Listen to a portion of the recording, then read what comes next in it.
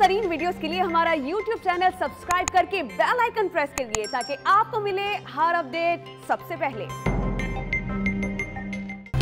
अस्सलाम वालेकुम, आप देख रहे हैं डॉन न्यूज। मैं हूं नाइला असगर। हेडलाइंस आप जान चुके हैं। सबसे पहले आपको अपडेट करेंगे।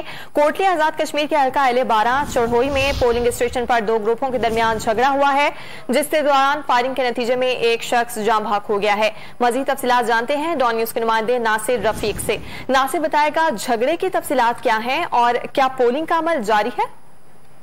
जी बिल्कुल, यहाँ पर एक अफसोसनाक वाक़या जो है ये कोटली का एक है चढ़ोई प्राई में वहाँ पेश आया। ये मट्टी जंड में है। पीपल्स पार्टी और तहरीक इंसाफ के जो कारकुनान थे उनके दरमियान ये तसादम हुआ, जिसके नतीजे में एक शख्स जो कि चौधरी जहीर बताया जाता है वो शख्स जाम बहक हो गया है। पोलिंग स्टेशन में बंद कर दिया गया, अभी बंद कर दिया गया था और ये इसकी वजह ये पाई जा रही है कि एक जो साबका उम्मीदवार था वो जब वोट डालने के लिए गया तो वहां पर दूसरे शख्स के साथ उसकी तलख कलामी हुई, जिसकी वजह से उसने थप्पड़ मारा और उसके नतीजे में फिर ये वाकया पेश आया और उस दोनों ग्रुपों में PTI और पीपल्स पार्टी के दोनों ग्रुप से जिनके दरमियान में तसादम हुआ है। अभी तक जराये का ये कहना है कि जो शख्स जो जाम बहक हुआ उसका तल्लुक भी PTI से था। जी बहुत शुक्रिया आपका अपडेट्स के लिए नासिर रफीक।